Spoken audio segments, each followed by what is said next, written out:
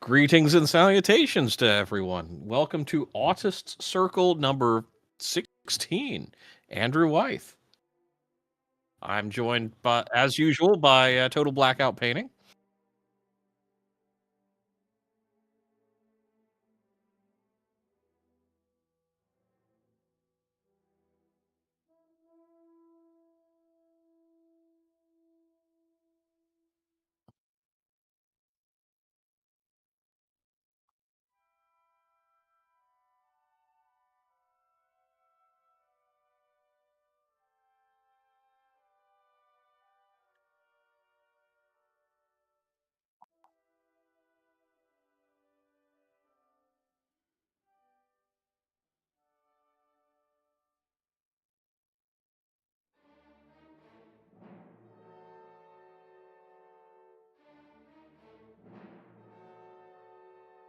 Okay.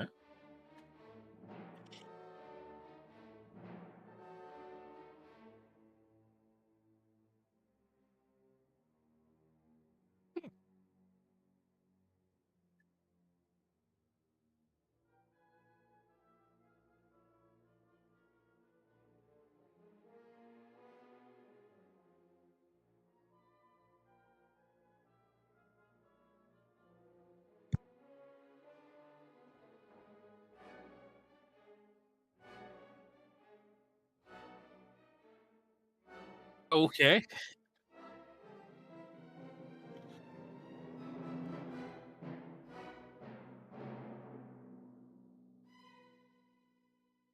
Nice.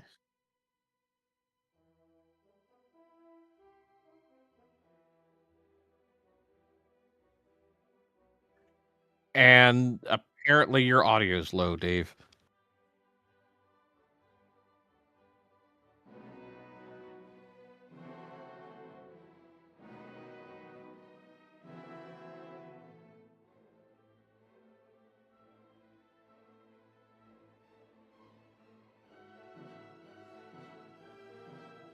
Can you guys hear him at all, or is it just... Maybe you guys need to turn your acoustics all the way up. Fucking did it again. Ooh. Discord dumped my no. mic. I tested this shit before the stream started. I went and tested everything before the stream started. Discord dumped my fucking mic. Ugh. Okay. So, let's back up. So mic problems as usual. Couldn't be the stream.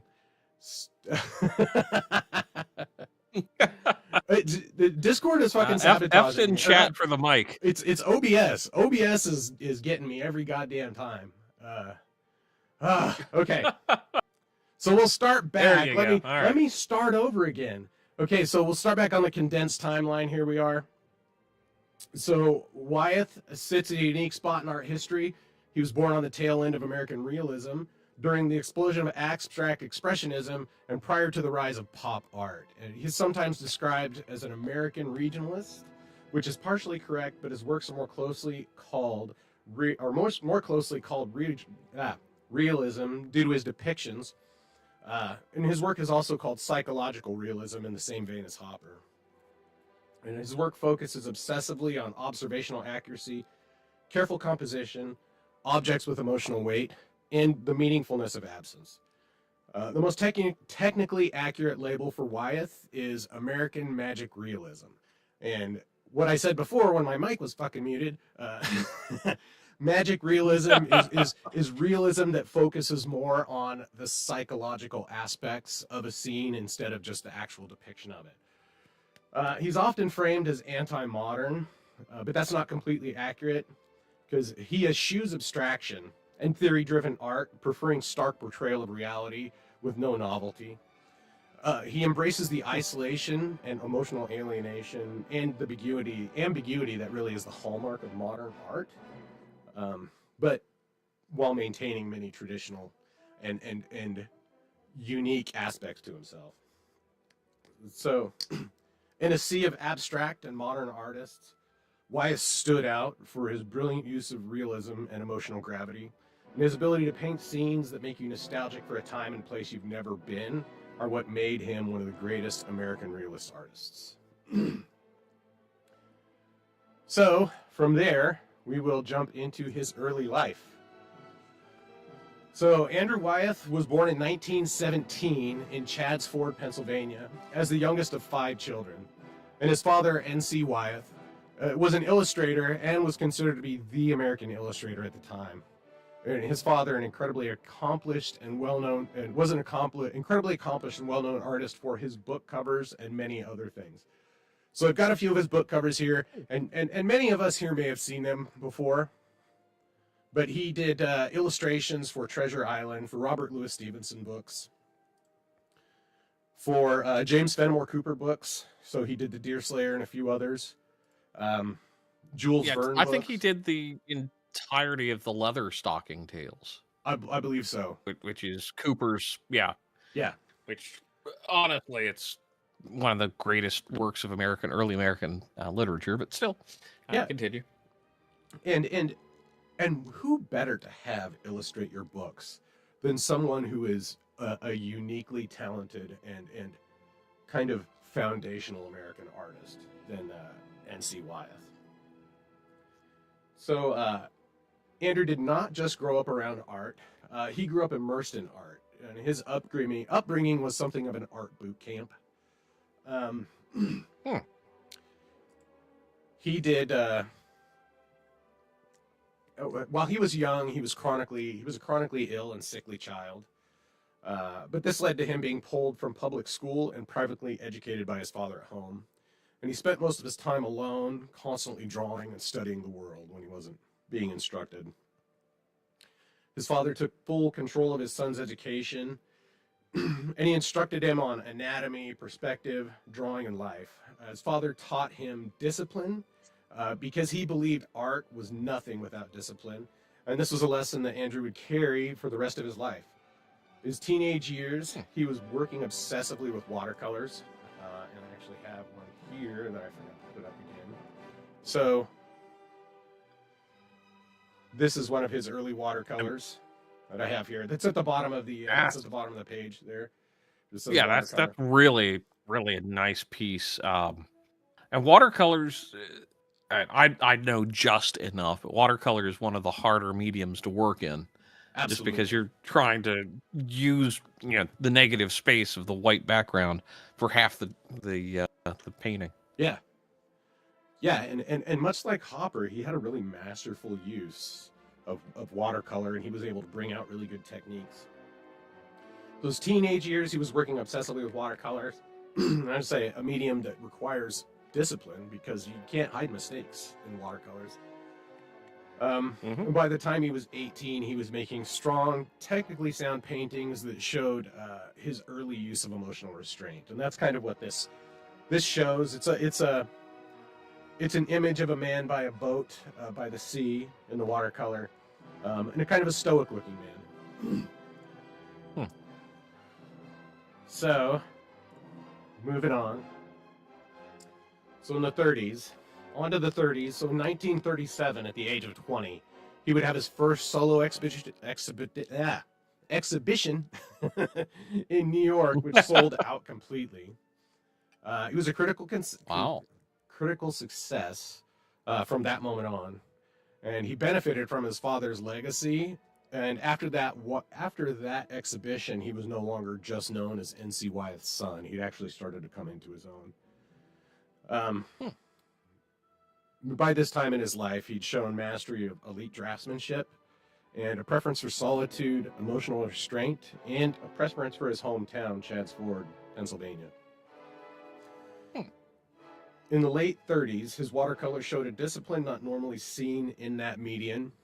His technical mastery of the medium matched that of Hopper, but his subject matter was dramatically different. He showed a tendency towards more rustic themes like barns, windows, hills, countryside scenes, stuff like that, to where Hopper painted city scenes. And Hopper really worked to capture that. All of his stuff was really strict architectural. Hopper was super into that. Wyeth focused more on scenes and composition, rural scenes. So, we'll move forward a little quicker here. In 1939, he met Betsy James, and she would become his wife less than a year later.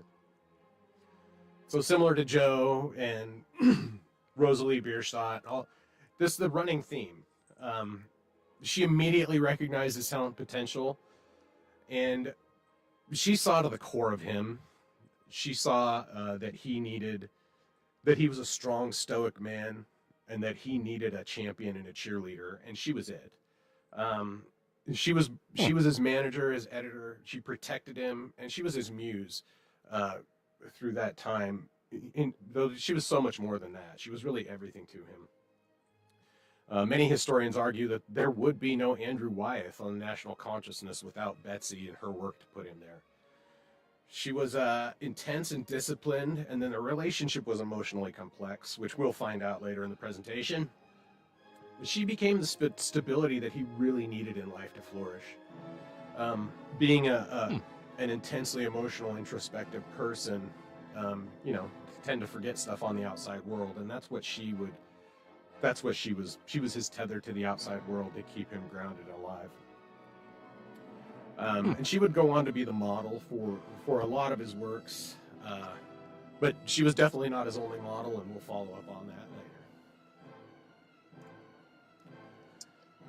So, this is a portrait of his father. This was a self-portrait his father did.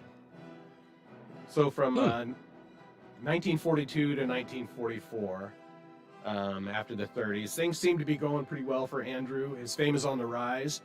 He's splitting his time between Chadds Ford and Cushing, Maine. Spends his summers in Cushing, Maine, and everything else in Chadds Ford, Pennsylvania. And just so those that aren't aware, Chadds Ford is near Philadelphia, kind of the Pennsylvania, Delaware nexus region. Very pretty, but was once. Anyway, just for geographical knowledge for people. Yeah. And so it wasn't that far of a stretch for him to run to spend his summers in Maine. But despite his increasing success, he still did kind of exist in his father's shadow because his father was such a looming figure in the art world. But on October 19th, 1945, his father, N.C. Wyeth, was killed in a car accident. He was struck by a train, and Newell Converse Wyeth was killed instantly. And the accident was violent and sudden, and it was widely publicized. It was very public. It absolutely crushed Andrew, and it marks a turning point in his life. And he would later go on to say that his father's death made the landscape feel different. It was like his world became a different place after his father died. The world became a sharper, more kind of jagged, harsher place for him after his father's death. But his grief over his father's death would drive his art forward, adding to the gravity that has really become the hallmark of his work. Spaces feel emptier, figures are more isolated, and one of his greatest regrets, and I heard him talk about this in an interview, because there's lots of interviews with him, because he was such a famous artist, and of course there's interviews with him during the 80s and 90s, or 90s and 2000s, and he said that one of his greatest regrets in life was never getting to paint his father, which, like, that touches me. He really did want to honor his father and his legacy, but he never got a chance to do it, and he regretted that for the rest of his life. So, in the wake of his father's death, and we're not going to go into too much on this picture, but I just wanted to bring it up because it was the one he painted after his father died. And it's called Winter. And it's Winter from 1946. So, in 1945, following his father's death, he started painting this. And it shows a boy running down a barren hill in the winter. It's a really stripped down and raw image. And he's turned his grief over his father into this painting. So after his father's death, his work shift. There's no more narratives, there's no heroes, there's no major action, just quiet contemplation. And you can see in this one, the kid is just kind of slowly, he's wandering down the hill. It doesn't look like he's running. It doesn't look like anything. He's just moving down this barren, empty wasteland. Mm-hmm. So emptiness becomes his new hero. It becomes the new subject of his works. During this time, Betsy manages everything. She encourages him to work through it. Without Betsy's guidance, we might not have these works today. But from this point on, Andrew doesn't just paint loneliness as a subject. It's an emotional condition of his life, and he really expresses that on canvas. So, which brings us to the next. So starting in the 30s, like I said, he started spending his time between Cushing, Maine and Chadds Ford. And in Maine, on a hill overlooking the sea, was the home of Christina and Alvaro Olson. Christina suffered from a degenerative muscular condition, so she couldn't walk. But she refused to use a wheelchair, and she would drag herself by her elbows everywhere she needed to go. Around town, around the farm, around anywhere she needed to go, instead of, she felt a wheelchair was undignified. So, but Wyeth, he became very close friends with these people. He did not see her as a tragic figure because she didn't see herself as a tragic figure. He saw her and her struggle as heroic, and he deeply admired her fierce independence, and she embodied many of the traits he deeply respected, because she endured hardship without complaint. Living in the 30s without a wheelchair, where there's like not even a lot of paved roads or anything, like out in the country, that is an incredibly hardy existence. Oh, yeah. And crawling everywhere you went. That's determination. Absolutely. I can't think of anything more that displays that more. So her brother Alvaro cared for her and the house and property, but he wasn't like her caretaker. And he was a stolid, stoic man, and Wyeth admired him greatly. He admired them both because they were very stoic and matter-of-fact about their life, and were not like, woe is me. They lived in a way... I'm sorry, go ahead. No. Sorry, I had to clear my throat. Oh, okay. They lived in a way where that mirrored his internal world. They were isolated and resistant to modern intrusion. They were constrained and rooted and grounded in a solid place.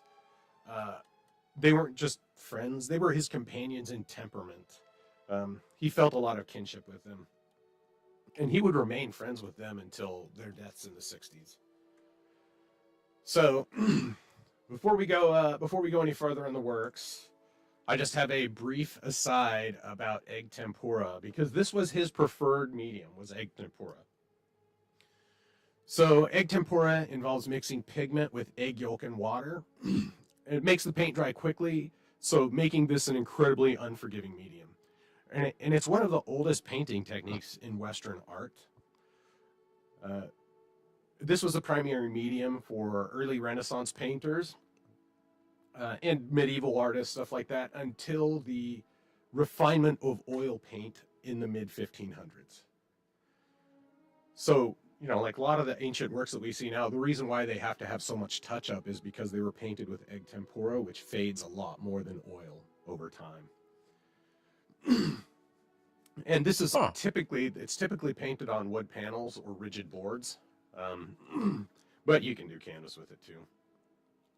The surface doesn't shine, and it doesn't have the pastiche texture of oil paints, so it doesn't like clump up and layer up like Rembrandt's work. Each stroke has to be precise, and it's a medium that requires control and discipline, incredible amounts of discipline, which is probably why he loved it so much and worked almost exclusively in it. So, with that, I'm going to jump over to the first piece, and this is called Christina's World. This is one of his absolute most famous paintings. Most people have seen this painting. It was Yep. painted in Oh, 1948.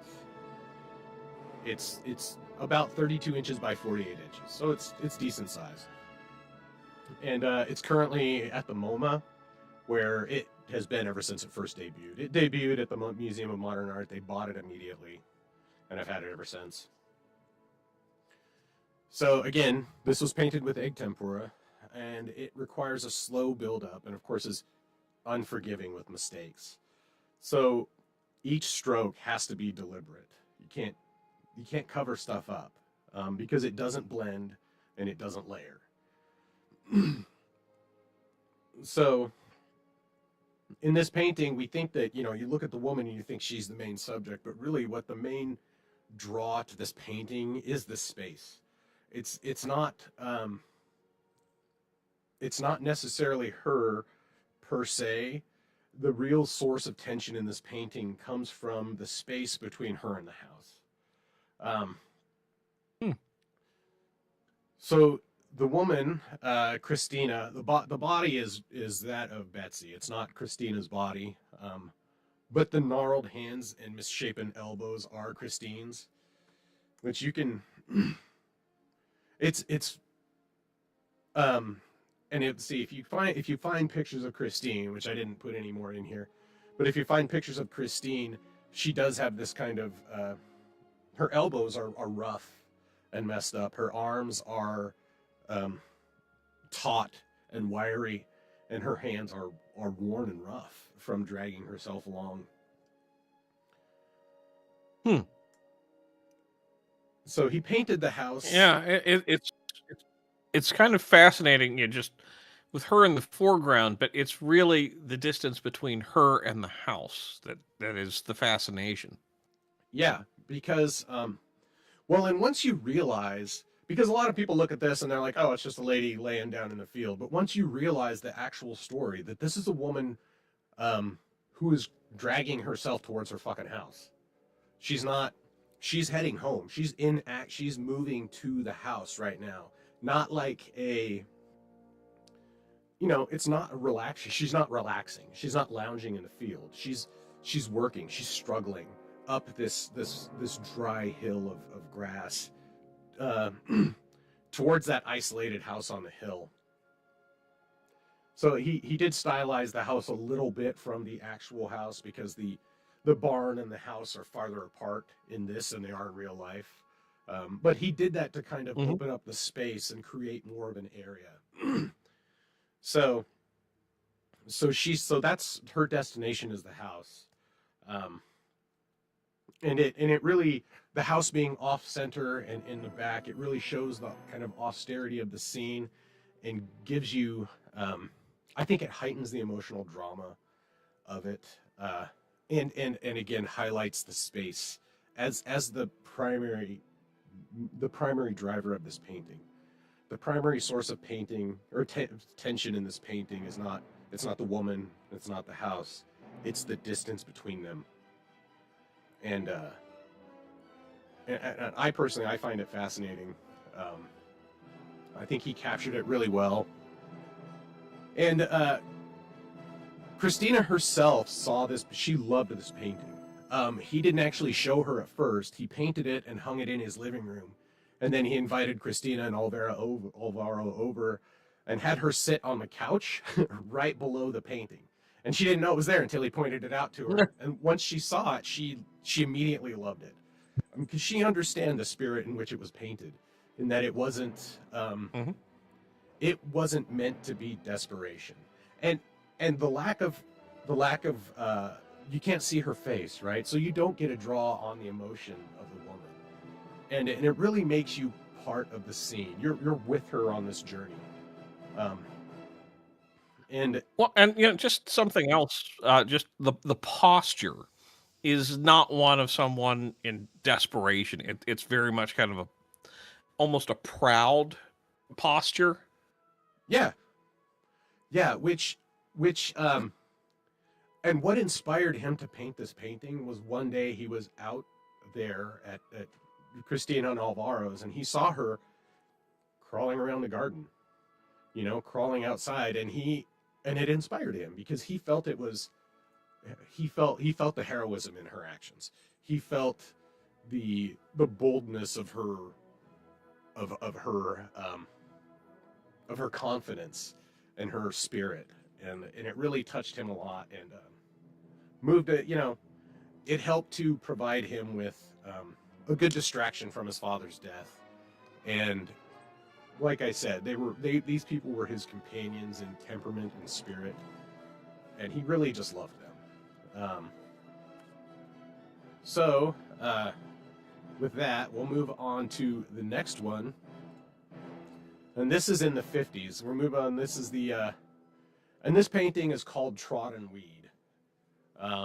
This one's about 20 by 18, and again, it's another egg tempera, and this one is currently held in a private collection. A lot of his works are held in private collections because, of course, when he sold them, he sold them within the last 50 years, so they wouldn't all be bought up by museums. A lot of them would have been bought by private collectors. So Wyeth kind of referred to this as a self-portrait because it shows a solitary pair of boots crossing a field of dry weeds and grass. And the scene is really tight. There's not much of a horizon. You can kind of see a little bit in the background, but there's no definitive skyline. And the dark hues give the scene a feeling of kind of persistence and solemnity. The boots are scuffed and worn to show the life they've lived. Practical and austere, with no adornment. It focuses more on the journey than the boots. There's no obvious destination, though. It's just treading the path that's been walked 100 times before. So this painting exists in a time when abstraction was really on the rise. Pollock and Rothko.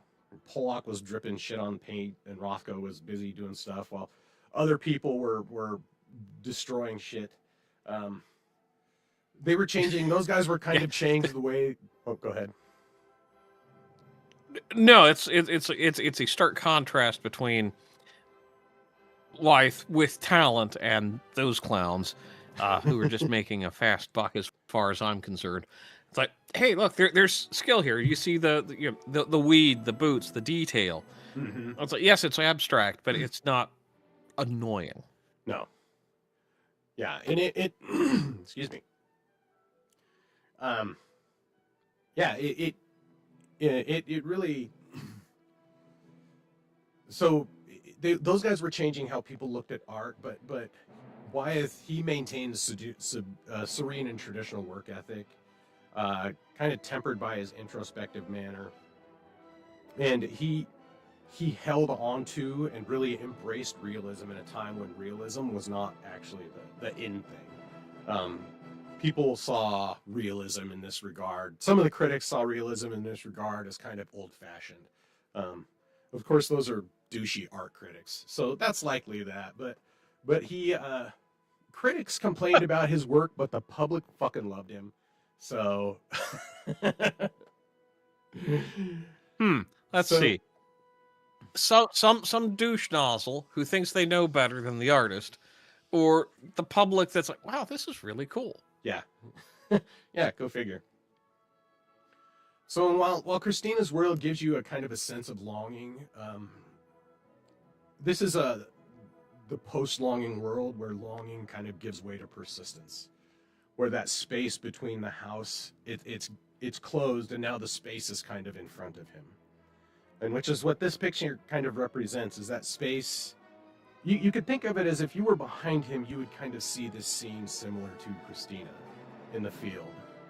That's the kind of feeling I get from this, and I think it's really the kind of feeling that he tried to portray in a lot of his work. Yeah, I can see that. So,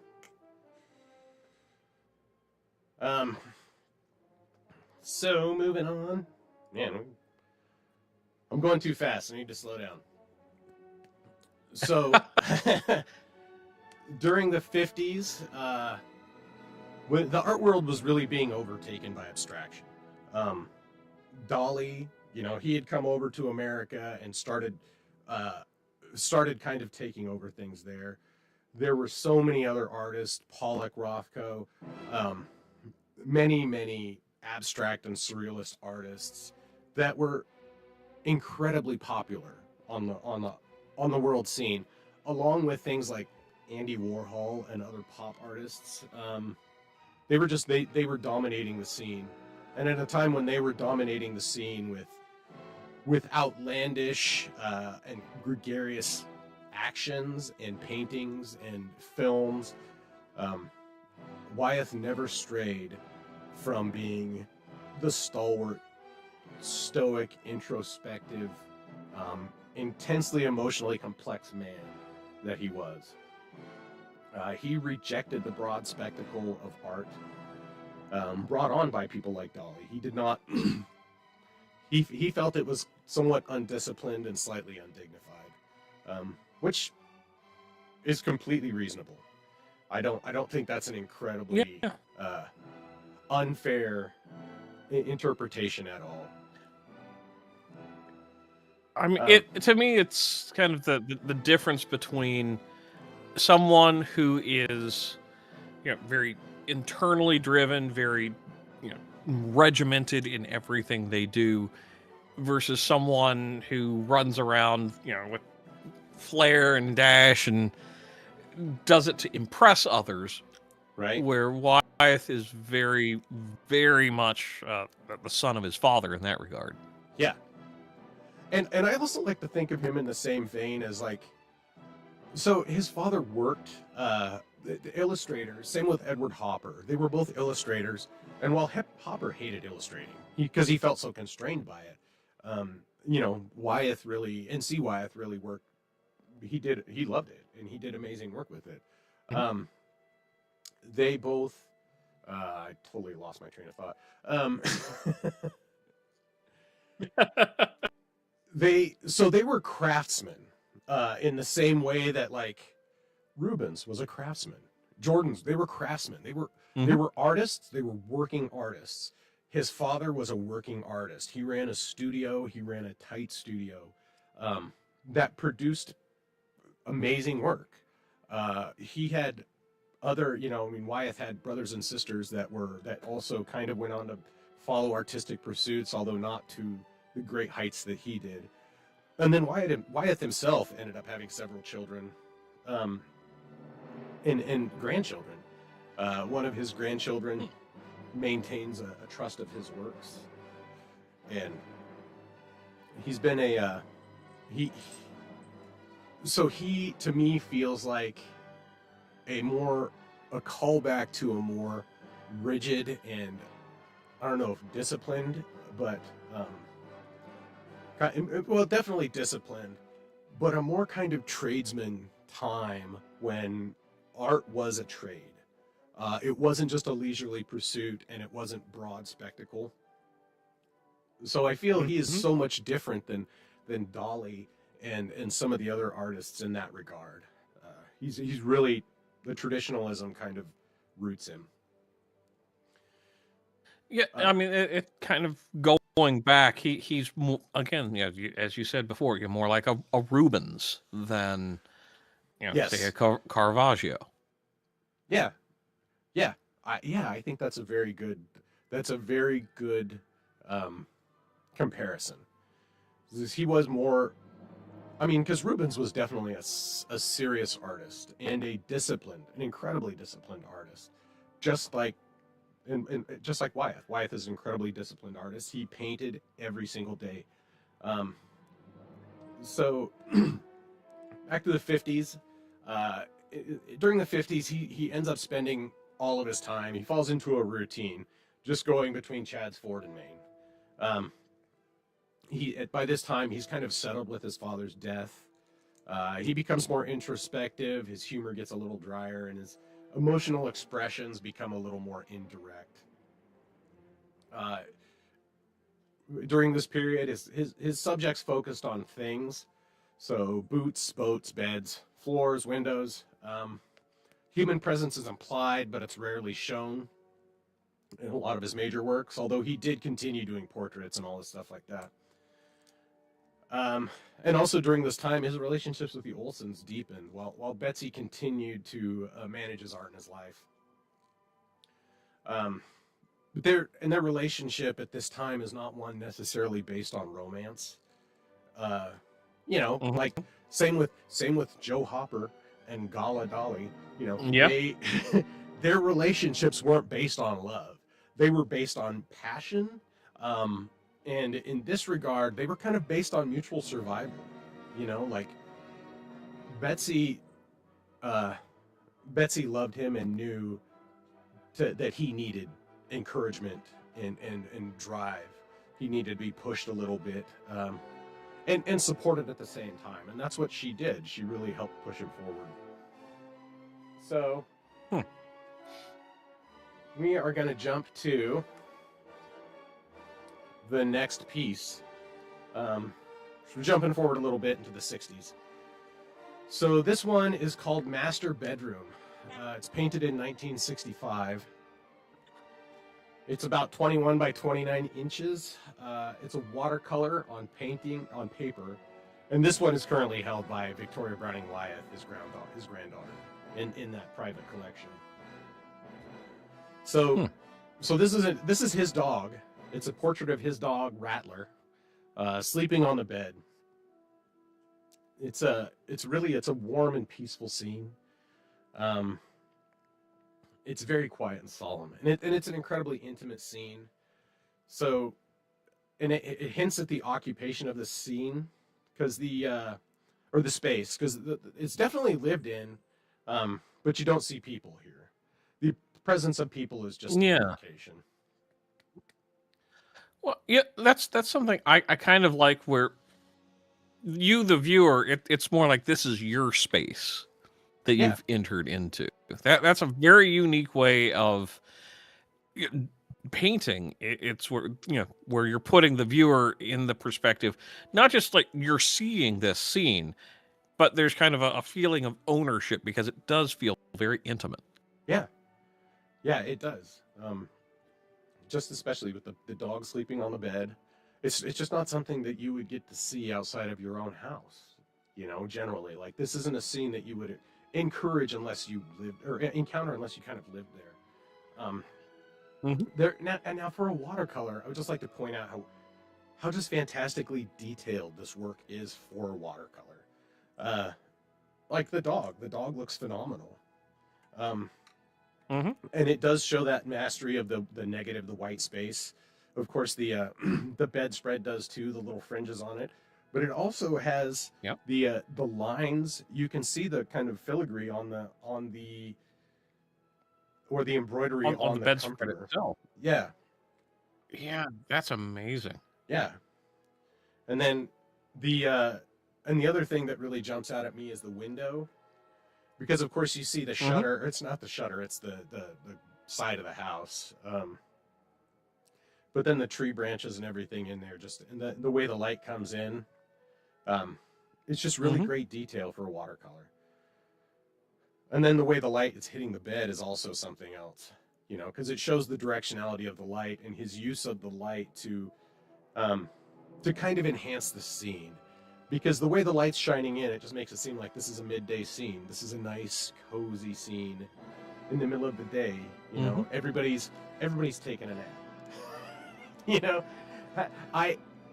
It happens so many times around me that, like, I'll be chilling out around the house and then I'll look around and all the cats are just asleep around me and the dog's asleep, and I'm like, man, I would just want to go fucking take a nap now. This is cozy, just hanging out with my animals. It's cozy. Yeah. So now while we look at this, it's got like that. It's like a midday on a winter's day, and you've just walked in. The pine tree out there is kind of just tapping against the window. Like, yeah, okay, I'm good with that. Yeah, and it's and in this, it's a quiet scene, and that really becomes the subject of the scene, is the serenity and its peace. It's like such a peaceful painting, and a loving portrait of his dog, and it's done in such a way to portray the peace that the dog brought to him, you know, and kind of like all animals, like all the pets, we you know, we love our animals, and he was no different. He loved his dog. In this scene, he really uses his dog and the peaceful love that he felt from his dog to help bring the serenity and the calmness of this scene to bear. And I think it's phenomenal. I love it. It is one of those paintings that you look at it and immediately feel a pull to it. Not in like the liminal, lonely way that Christina's World or Winter or some of the other ones we're going to explore. Not in that way, but in a way that's more comforting. That's more. That's just a. It's a. It really is a change. So it really breaks from the emotional register of his previous works, and it shows a sense of peace and calm that a lot of his other works did not. And not just, you know, not just loneliness and austerity, but actual serenity and peacefulness. So, with that, we'll move on to the next one. And this painting is called Alvaro and Christina. And it was painted in 1968. So Alvaro passed in 1967 and Christina passed in 1968. And he painted this after Christina's death. It's a 20 by 16, roughly 20 by 16 on an egg tempera panel. And again, this is held in private collection. And he always admired and loved them, but they were getting older.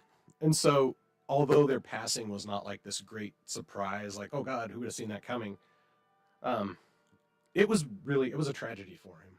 You know, it was a loss of kindred souls, and he felt deeply for it. So this is a picture from inside the home that Christina lived in. And it shows the just kind of really simple manner that they lived in. They were, you know, by the 60s, things had changed so much in America. The change from the 30s to the almost 70s, like this is late 60s. By that time, the change in our society, in technology, like everybody had a fucking TV, a radio, and a phone, you know, or most people had a TV or radio. Yeah. They all had access to phones, stuff like that.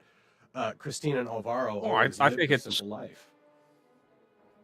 It's also worth noting in a lot of areas by the late 60s, a lot of them had electricity, even in the more rural areas, and plumbing. Yeah.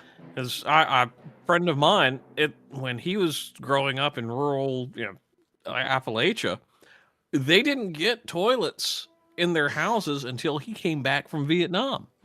It's like that's the kind of world that we're seeing transition here. It's fascinating. Yeah, absolutely. So the tub, the basket, the bucket, I mean, they all kind of seem out of place for the late 60s. But their house, like Wyeth, it really rejected the whims and wefts of time. He rejected modernism and its spectacle, instead preferring quiet dignity to the individual and their emotions. So this painting is an acknowledgement of their passing and of their place in his life, and of the passing of an era for him. He paints the disappearance of his friends with a stillness and a finality. That the world he's been painting for so long, Christina's world, it no longer exists. So, you know, much as the world shifted after the death of his father, the world shifted slightly after the death of Christina and Alvaro also. And this is, I think this is perhaps one of his most distilled works, because it shows that grief doesn't need a big explanation. Memory doesn't need faces, and presence doesn't need people. And this marks the closing of yet another chapter in his life, the chapter he was spending his summers with Alvaro and Christina in Maine.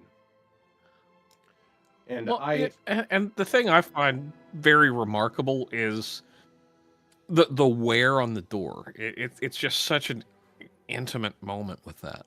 Yeah, absolutely. It's like, yeah, you see where it's like the lower part of the door is her part of the door, and the upper part's Alvaro's. Yeah. It's kind of an interesting dichotomy.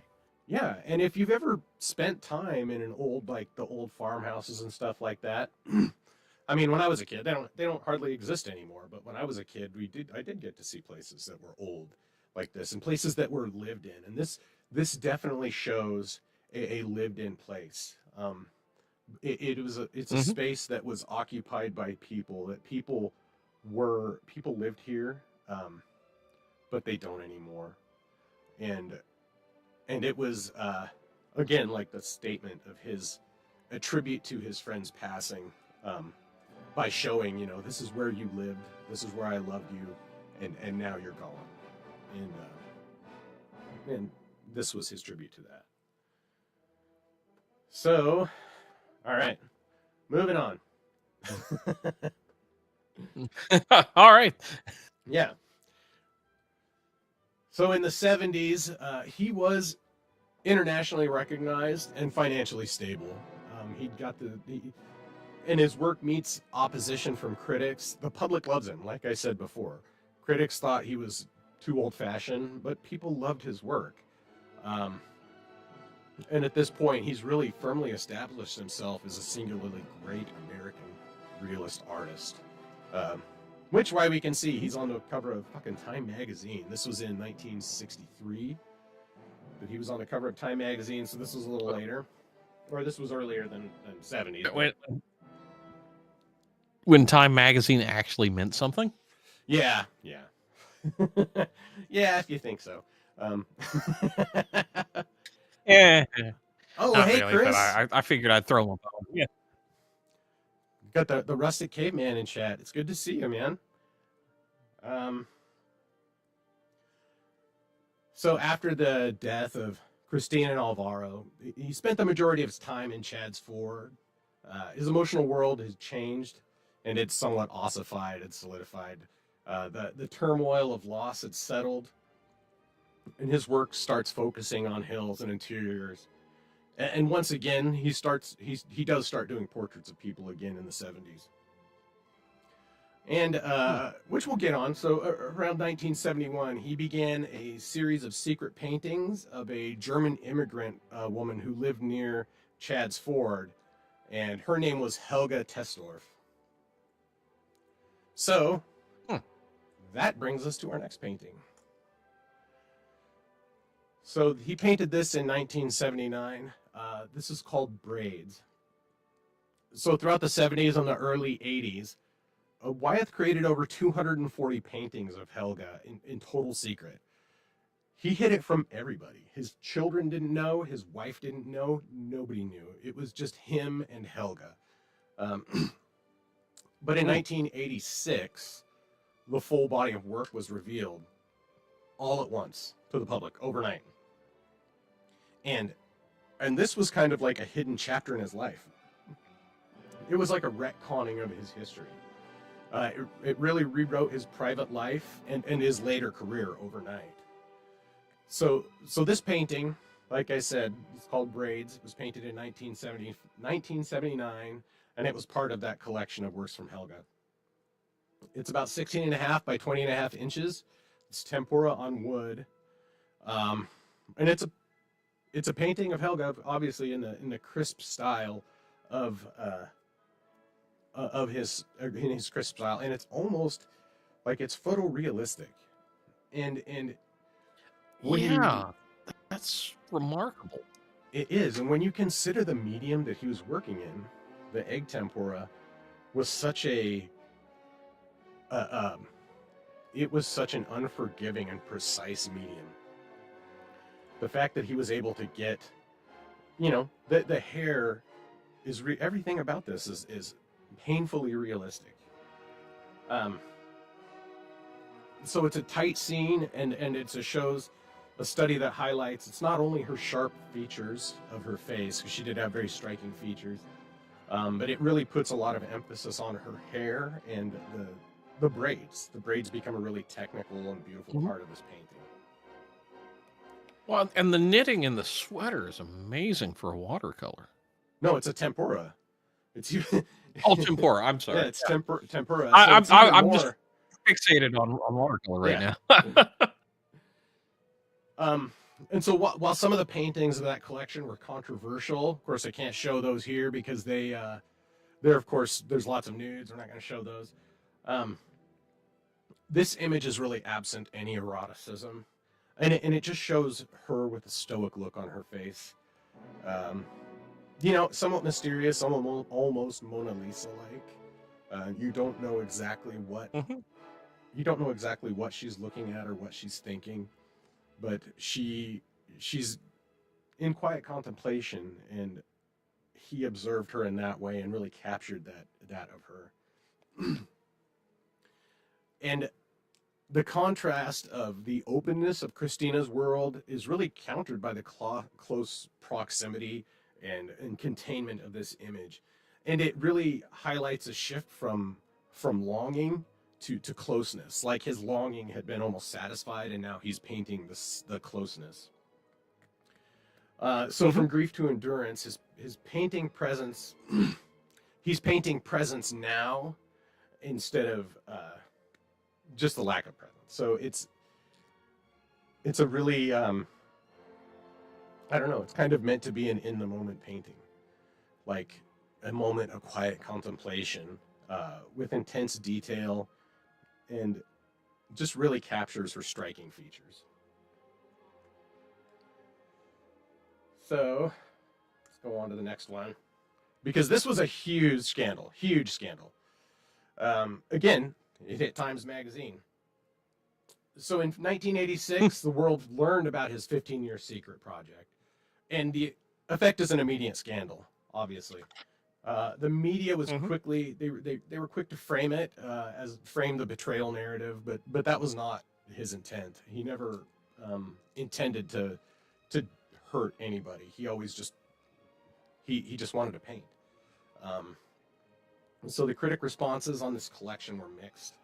The works are technically impressive, but some critics accuse him of being obsessed with Helga, which, 240 fucking paintings over 50 years. There might be some credulity to that. Yeah. But then again, there's also that level of, could he have just been that fascinated with her as a subject or her as a person? There's that, which is true question.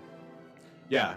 And I personally feel that his ability to emotionally detach and observe a situation really probably, I'm more apt to believe that this was just an artistic relationship. So he never, he didn't feel like he was obsessed with her, and he didn't necessarily, it wasn't sexual. But Betsy felt the betrayal personally, and the relationship would never be the same, obviously. The works and an entire emotional world outside of his marriage. And he produced hundreds of works that he'd kept secret and hidden from Betsy. Now, it's more than just like, I'm sneaking this away. It's that Betsy cataloged all of his work. She had an extensive catalog of all of his works. She helped him, and she helped him name a lot of his paintings. Like, she named a lot of his paintings. She helped him come up with subject matter. She was his artistic partner, almost as much as Helga was during that time. But this really kind of collapsed the trust, which really had been the cornerstone of their relationship. And it doesn't end their marriage, but it's definitely changed forever. And Wyeth consistently maintained that there was no sexual affair, and that the relationship was entirely artistic. And if you listen to interviews from him talking about this, he speaks very fondly of Helga in the sense that like she was an amazing model. He could put her in a position and she would stay there until he was done. He could put her in all sorts of positions and she would model for him. And if you look back through the body of work, there's some pictures where she's in not like there's nothing pornographic. First off, there's nothing obscene about any of the work. Yeah. It is all incredibly artistic, and even the nudes, you know, they are still. She's posed in a way to highlight her frame, and not to highlight her nudity. So, and I just did a quick background look at some some of the work, and whether it's the portrait with the tree or her with a long coat or the nudes, it's all very much like the focus is on the body, not her sexuality, not any sort of eroticism. So it's very like, if you want to go there, sure, but it just doesn't. It's not there in the painting, obviously, because it's very bland. It's almost like you're looking at an anatomy book in a sense. Well, and I think that just really highlights that he wasn't painting her as the subject. He was using her as the subject to help emphasize the subject of the painting, which was the emotional depth built into it. Not not just not just the image, but the way the scene is designed to make you feel. So the fracture came from the secrecy in the end. In the end, it wasn't that Betsy felt like he was cheating on her or anything like that necessarily. It was that she'd kept it from him, that he'd hidden this from her that whole time. And over 15 years, he was able to hide this from her. 240 fucking paintings, and he was able to hide it from her. And she was, obviously a tad dismayed over that. That's putting it very mildly. Yeah. So we'll wrap up here, talk about his final legacy. And so after the Helga revelation, he enters the final phase of his painting career. And people now know the artist known for his distance and isolation. They knew he was painting intimacy in private. So the world that he portrayed during that time was not entirely the world that he was living. And throughout, he always continued to paint. He did a lot of interviews, and there's a lot of documentaries about him and his family. They're on YouTube. There's a bunch of documentaries with his kids speaking very lovingly of their father, which I think is another amazing thing, because so many of these artists were crazy asshole dads. But he was not one of them. He was a very loving and caring father, and always was there for his kids. And his works continue to resonate with audiences today because of their accessibility and the emotional intimacy they invoke, right? Like looking at Christina's World, you don't have to look at it as like this line is here and blah blah. You can look at that painting and feel the loneliness and the gravity from it. And his ultimate legacy. Just kind of Oh, go ahead. A note with that is, everyone in the audience, and I know us, we're sitting here looking at these magnificent works, and it's not like you're sitting there and you're trying to interpret something or try to get some hidden meaning and all this other crap that it seems obsessive nowadays, and honestly ruins art, I think, for a lot of people. Is there's a hidden meaning here. It's like, no, it's right there. It's in front of you. It's easy to access. It's easy to understand, and it's not this bullshit got ya that it feels like art has tried to become in recent decades. Yeah, no, 100%. His art is, like I said, it's accessible. It's right there. You don't need to beat meaning out of it with melting clocks, or even fancy angels and all the symbolism. He painted raw emotion on as a landscape or as a scene. And his ultimate legacy is really that of a stoic revolutionary, and he stood strong against the onslaught of artistic decadence. Like you just said, there was so much pretentious bullshit getting pumped out at this time. And his fervent disciplined works, they belay a technical talent and a rigorous dedication to draftsmanship, which is scarcely present in works of other artists contemporary to him, like fucking Rothko and Pollock. I mean, even Dolly did. Dolly's draftsmanship was amazing, and it was he had technically tight and clean compositions, but of course they're not near as accessible as his. And his old world techniques were really modernized and brought alive in the modern era. He brought a new